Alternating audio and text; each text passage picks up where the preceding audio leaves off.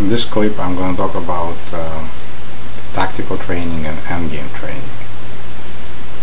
Between 25 and 50% of your training time should be allocated to tactical training, and another 25 to 50% to the endgame training. So if you have 2 hours to study, I would spend about 25 to 30% on tactics. Then I would do your less intense work, opening studies, general reading, strategic ideas, maybe going over games, anything less calculation, less intense. And then another 25 to 30% I would spend on end games, where again, just like with tactics, more calculation is required. Tactics and end games. Your training is a 2 parts. Knowing theory, knowing some basic principle, basic motives, basic ideas. So you need a book that gives you a good overview. There are many good tactical books. And then you have an exercise. It can be a book, and in this clip I'm going to talk about the software. Same thing goes for endgames. You get a good endgame book. Doesn't need to be very big, doesn't need to be super comprehensive. Just start with a basic endgame book. And then you have a software to give you enough practice.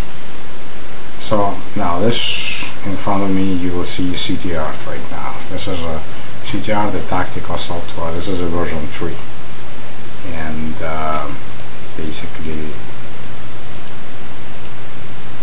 you set up your profile, you make the board the way you like, you can change pieces the way you like, and then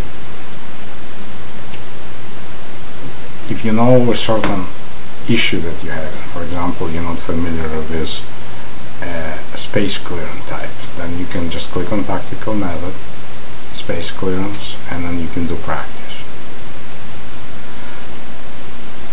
There's also a combination of motifs, lack of defense, peace overload. Again, you click practice, and the CTR will give you a whole bunch of positions to practice. This indicator shows whose move it is. So you look at the position, it's black to move. If you like, you can invert the board, and it's black to move, and it's a lack of defense. So, or I don't remember what the subject was, but you can see that the back rank is weak, and there is almost a checkmate here, but the bishop takes, and almost a checkmate here, but again the same bishop takes. So you play move, then computer gives you a response, and again it tells you it's your move, and then you follow up, and the solution is over. At this point you can click next, you can click counterplay, and there's a whole bunch of options. My favorite way to proceed is, once you cover your basics, once you really got a little bit of experience under your belt, is go click on the grades of difficulty. This way you don't know what the challenge is, and then you can click on the grade difficulty of 10 and do a test. When you get on the test screen, you can select difficulty 10, current theme, all exercise. I usually like to do new exercise. That means that exercises that you have already solved will not be part of the test. And you can also once in a while do erroneous, where the exercises where you made mistakes will be shown to you again. So this is a nice cool feature. Then you put your rating range. In this case, because it's by level of difficulty, that's already implicitly by rating. So you can ignore this field. Then you pick how many positions and you start your test. So it's position 1 out of 5, black to move, and you go ahead and you try to solve it. Okay? Once you solve it, the next position, and then you get the end of the test with some cool statistics.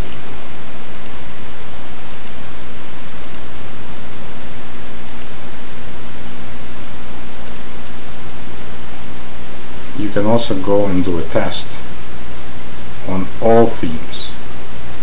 Now here you will need to be a little bit careful, because you don't want this rating, which is 1600 minimum, 3200 maximum, be too high. So I would recommend to start maybe 1600 to 1700. If you are a 1900 rated player, I would start maybe with still 1600, but then put the 1900 as a top bucket. And as you try to work through it, you will see if it's easy, you bump up the range. If it's difficult, you lower the range. If there is certain specific subject that you want to cover, you pick that subject and you say current theme. Very nice and easy and friendly software, and I think you will enjoy it. Just click the start, and good luck with your test. There are some cool statistics which you may or may not find helpful. Now the new version of CTR 4.0. It's kind of a similar, I think at this point, this is just like a first edition, first release of 4.0. Some features are not really there. For example, you cannot do a test by level of difficulty. You still can do, I think, you know, the methods, but the themes might be absent. When you click on the test, you still can do solved or erroneous, but you cannot do a range of ratings. So similar thing, if you don't have a CTR 3.0, then use 4.0, and you know, some features are missing, but you can still follow the same explanation that I showed. If you have 3.0, don't rush with the upgrade until you know that 4.0 is going to meet your needs. Now I'm going to switch to the chess endgame training. A very similar software, same publisher, Chess OK Convecta. Set up a chessboard. Slightly different approach here.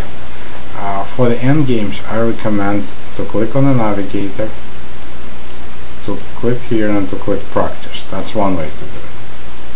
And then you can see how it's grouped by types of endgames. So what you want to do is, I would recommend, you would start with pawn endgames, and you would go and you do all the 10 pointers up until all the way down when the pawn endgames. It's still a pawn endgame, yeah. So you go all the way down and you just do 10 pointers. Then you come back and you do 20 pointers. Then you come back and you do 30 pointers. This is a good way to, you know, kind of go through different types of pawn endgames, kind of back and forth, reinforcing your knowledge. So you click on it, just like with the CTR. You have white to move, and basically what you can do is, you know, you need to get a position, so you go forward, and then it's your move. So if you make a mistake, you get a penalty. See, the computer tells you that oops, wrong move. So now you know to go here, and you get 9 points out of 10. It's your penalty. Once you've done enough practice, I recommend going to the test and the same friendly format, familiar to you. Pawn endgame, current theme, new positions, rating range, you know, set up a rating 5 positions. So now I'm going to test myself for pawn endgames at the low end, probably 10 and 20 pointers. 4 positions. I'm going to test start, and here's my first position. I'm black, and what do I do? So do I go after the pawn? Do I try to do a pawn break? You know, that's really up to me to figure out. I think that's basically it for using the software for your tactical and endgame training.